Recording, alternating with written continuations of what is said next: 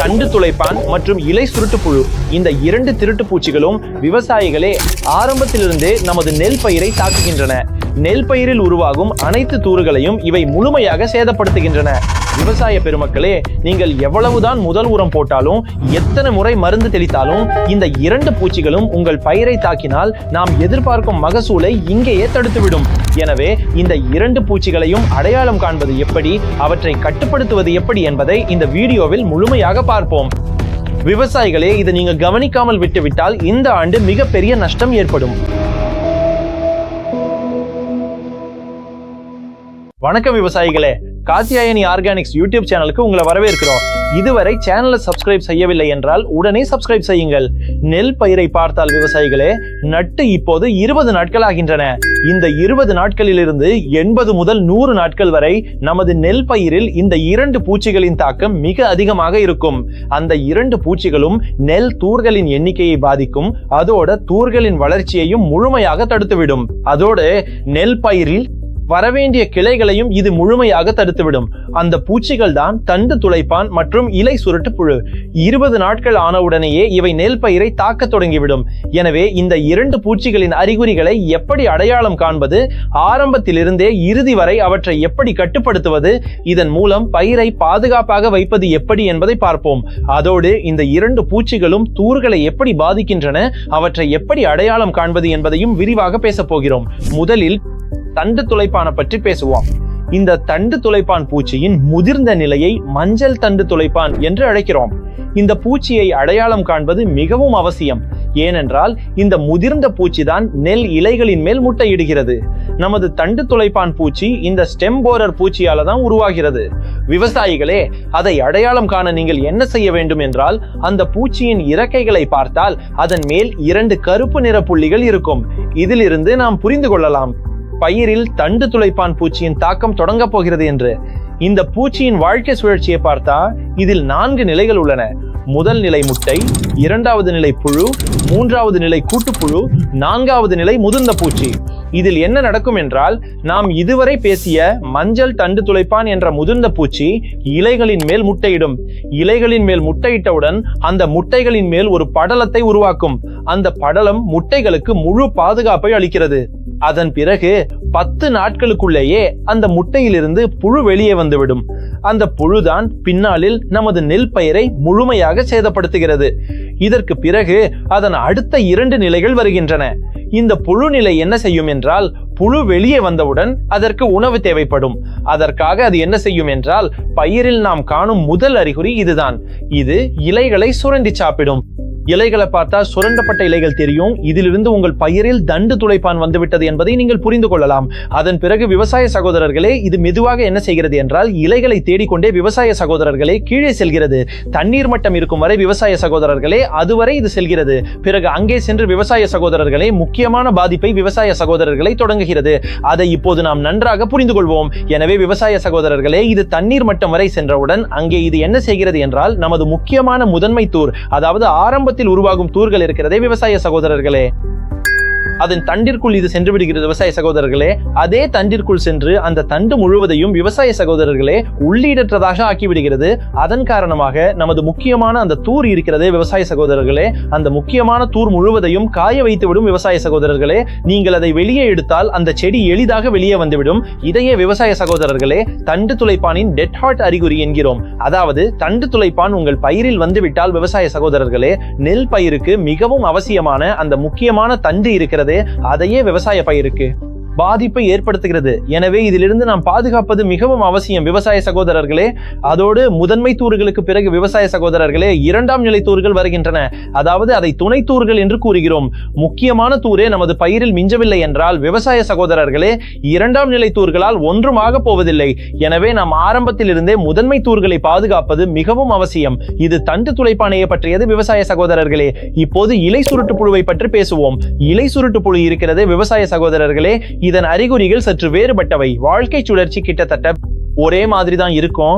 இது என்ன செய்கிறது என்றால் இலையின் நுனிப்பகுதி இருக்கிறதே விவசாய சகோதரர்களே, அந்த நுனிப்பகுதியில் முட்டைகளை இடுகிறது. நாம் முந்தைய வீடியோவிலும் இதை பற்றி பேசி இருக்கிறோம். நீங்கள் நாற்றங்காலில் இருந்து செடியை நடுவதற்கு கொண்டு வரும்போது, அதாவது நடவு செய்யும் போது இலையின் மேல் நுனிப்பகுதியை வெட்டுவது பற்றி நமது பழைய வீடியோவிலும் நாம் பேசி இருக்கிறோம். ஏனென்றால் விவசாய சகோதரர்களே, அந்த நுனியில் என்னவென்றால் விவசாய சகோதரர்களே, இந்த தண்டு துளைப்பான் மற்றும் இலை சுருட்டு புழுக்கள் அனைத்தும் முட்டைகளை இடுகின்றன. அதனால் தான் நாம் ஆரம்பத்திலேயே வெட்டி இருந்தால் இந்த புழுக்கள் இங்கு வந்திருக்காது. அதை பின்பற்றிய பிறகும் விவசாய சகோதரர்களே, சில பயிர்களில் இன்னும் அந்த இலை சுருட்டுப்புழு வந்து கொண்டே இருக்கிறது. எனவே அதை புரிந்து கொள்வது மிகவும் அவசியம். நீங்கள் இலை சுருட்டுப்புழுவின் முதிர்ந்த பூச்சியை பார்த்தால் விவசாய சகோதரர்களே, அது பழுப்பு நிறத்தில் காணப்படும். இந்த படத்தை பார்த்து அது எப்படிப்பட்ட பூச்சி என்று நீங்கள் அடையாளம் காணலாம். இந்த பூச்சி என்ன செய்கிறது என்றால் விவசாய சகோதரர்களே, இதன் முதிர்ந்த பூச்சி நுனிப்பகுதி முழுவதும் முட்டைகளை இடுகிறது. முட்டையிட்ட பிறகு விவசாய சகோதரர்களே, முட்டையின் மேல் இது உருவாக்கும் அந்த பாதுகாப்பு அடுக்கு இருக்கிறதே விவசாய சகோதரர்களே, அதன் காரணமாக என்னவாகும் என்றால் விவசாய சகோதரர்களே, அந்த முட்டை மிகவும் பாதுகாப்பாக இருக்கும். அதாவது அதற்கு எந்த பாதிப்பும் ஏற்படாது. அதன் பிறகு விவசாய சகோதரர்களே, 10 முதல் 12 நாட்கள் ஆனவுடன் அந்த முட்டையிலிருந்து விவசாய சகோதரர்களே அதன் புழு பருவம் வெளியே வருகிறது. இந்த புழு பருவம் வெளியே வந்த பிறகு விவசாய சகோதரர்களே, இலை சுருட்டு புழுவிற்கு ஒரு சிறப்பு அறிகுறி உள்ளது. இது என்ன செய்கிறது என்றால் இலையின் மேல் சுரண்டுகிறது. முழுமையாக சுரண்டி விவசாய சகோதரர்களே அதை ஒரு வலை போல ஆக்கிவிடுகிறது. இதனால் நீங்கள் இலையை முன்னும் பின்னும் பார்த்தால் அது முழுமையாக தெரியும். முழுமையாக சுரண்டி விவசாய சகோதரர்களே, இது என்ன செய்கிறது என்றால் ஒளிச்சேர்க்கையை பாதிக்கிறது. ஒளிச்சேர்க்கையை பாதிப்பது என்றால் விவசாய சகோதரர்களே, செடிக்குள் உணவு தயாரிக்கும் செயல்முறை இருக்கிறதே அதை முழுமையா பாதிக்கிறது. அதன் காரணமாக விவசாய சகோதரர்களே, தூறுகளுக்கு சரியான உணவு கிடைக்காது. வேரிலிருந்து கிடைக்கும் உணவு சரியாக இருக்கிறது. ஆனால் ஒளிச்சேர்க்கை காரணமாக செடிக்கு கிடைக்கும் குளுக்கோஸ் இருக்கிறதே விவசாய சகோதரர்களே, அது கிடைப்பதில்லை. எனவே அதன் மேல் நேரடியாக இலை சுருட்டு புழு பூச்சி இருக்கிறது விவசாய சகோதரர்களே, அது பாதிக்கிறது. அதோடு என்ன செய்கிறது என்றால் விவசாய சகோதரர்களே, இந்த இலை இப்படி இருக்கிறதே அதை முழுமையாக சுருட்டிவிடும். இலையை முழுமையாக மடித்துவிடும். மேலும் ஒளிச்சேர்க்கையை முழுமையாக பாதித்துவிடும். விவசாய சகோதரர்களே, இது விவசாய சகோதரர்களே ஆரம்பம் முதல் இறுதி வரை இருக்கும் ஒரு பூச்சியாகும். விவசாய சகோதரர்களே, இது அதன் மேல் பாதிப்பை ஏற்படுத்துகிறது. எனவே இந்த பூச்சியையும் ஆரம்பத்திலிருந்தே கட்டுப்படுத்துவது மிகவும் அவசியம். எனவே விவசாய சகோதரர்களே, எந்த 2 பூச்சிகள் வருகின்றன, அவற்றை எப்படி அடையாளம் காண்பது என்பதை நாம் புரிந்து கொண்டோம். இந்த முழு தகவலையும் பற்றி நாம் இதுவரை பேசிவிட்டோம். எனவே விவசாய சகோதரர்களே, இப்போது இந்த 2 பூச்சிகளையும் எப்படி கட்டுப்படுத்துவது என்று பார்ப்போம். எனவே விவசாய சகோதரர்களே, கட்டுப்பாட்டு நடவடிக்கைகளை சொல்வதற்கு முன் ஒரு விஷயத்தை நினைவில் கொள்ளுங்கள். இது என்னவென்றால், பல விவசாய சகோதரர்கள் தங்கள் பயிரில் இந்த 2 பூச்சிகள் வந்தவுடன் தெளிக்க செல்கிறார்கள் என்று நினைக்கிறார்கள். ஆனால் விவசாய சகோதரர்களே, ஆரம்ப கட்டங்களுக்கு தெளிப்பதை விட நமது பயிரில் நல்ல பயனுள்ள முடிவை தருவது விவசாய சகோதரர்களே குருணை வடிவ பூச்சிக்கொல்லிகள் தான். சந்தையில் பல குருணை வடிவ பூச்சிக்கொல்லிகள் வருகின்றன.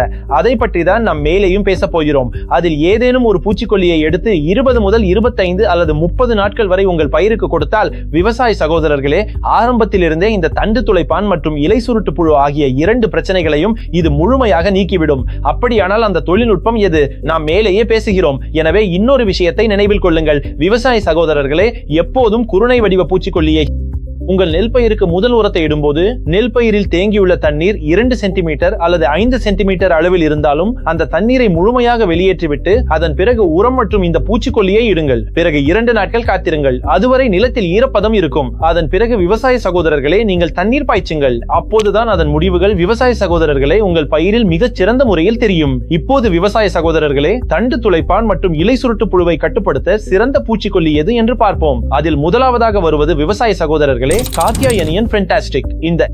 இதில் உள்ளது விவசாய சகோதரர்களே குளோரான்ட்ரனிலிப்ரோல் 0.04 GR. இந்த பூச்சிக்கொல்லி விவசாய சகோதரர்களே தண்டு துளைப்பான் மற்றும் இலை சுருட்டு புழுவை கட்டுப்படுத்த சந்தையில் உள்ள முதன்மையான பூச்சிக்கொல்லியாகும். இது முறையான செயல்பாட்டின் மூலம் வேலை செய்யும் ஒரு பூச்சிக்கொல்லி.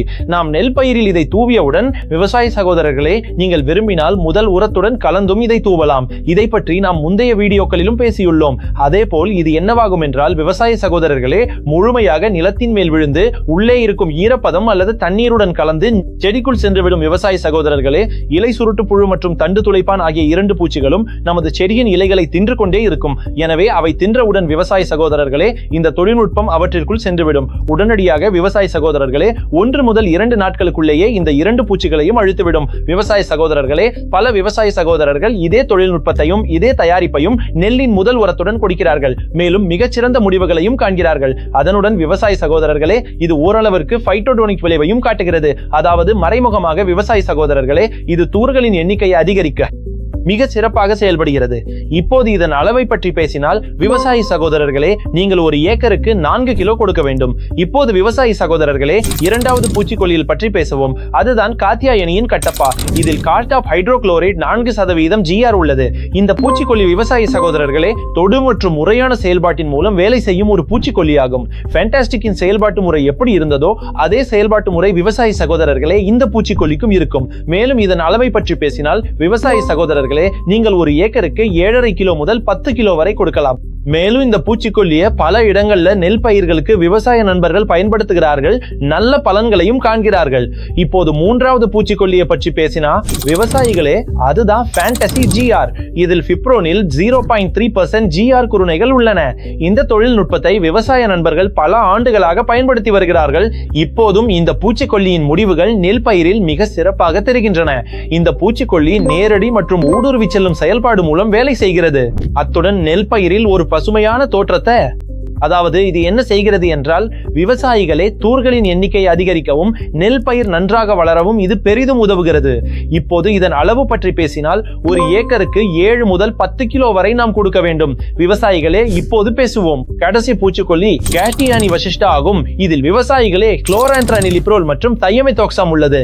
இப்போது கடைசி பூச்சிக்கொல்லியை பற்றி பேசலாம். இது இரட்டை தொழில்நுட்பம் கொண்ட பூச்சிக்கொல்லி. விவசாயிகளே, உங்கள் பயிரில் சாறு உறிஞ்சும் பூச்சிகளின் தாக்கம் அதிகமாக இருந்தால், அதோடு தண்டு துளைப்பான் மற்றும் இலை சுருட்டு புழுவும் இருந்தா, நீங்கள் இந்த பூச்சிக்கொல்லியை உங்கள் பயிருக்கு வழங்கலாம். அதன் பெயர் காத்தியாயனி வசிஷ்டா. இதில் விவசாயிகளே தியாமெத்தாக்சாம் மற்றும் குளோரான்ட்ரானிலிப்ரோல் தொழில்நுட்பம் உள்ளது. இந்த தியாமெத்தாக்சாம் விவசாயிகளே சாறு உறிஞ்சும் பூச்சிகளுக்கு எதிராக செயல்படுகிறது. மேலும் குளோரான்ட்ரானிலிப்ரோல் என்ற தொழில்நுட்பம் தண்டு துளைப்பான் மற்றும் இலை சுருட்டு புழுக்களுக்கு எதிராக செயல்படுகிறது. இதன் அளவு ஒரு ஏக்கருக்கு 2.5 கிலோ ஆகும். எனவே விவசாயிகளே, இவைதான் குறுவை சாகுபடி நெல் பயிரில் நீங்கள் கண்டிப்பாக பயன்படுத்த வேண்டிய முக்கிய குருணை பூச்சிக்கொல்லிகள். அறிவுறுத்தல்களின்படி பயிர்களுக்கு கொடுங்கள். மற்றொரு நல்ல விஷயம் என்னவென்றால், இதை முதல் உரத்துடன் கொடுத்தால் மிகச் சிறந்த பலன் கிடைக்கும். 20 முதல் 40 நாட்களுக்குள்ளேயே நீங்கள் கொடுக்க வேண்டிய குருணை பூச்சிக்கொல்லிகள் அனைத்தையும் கொடுத்து விடுங்கள்.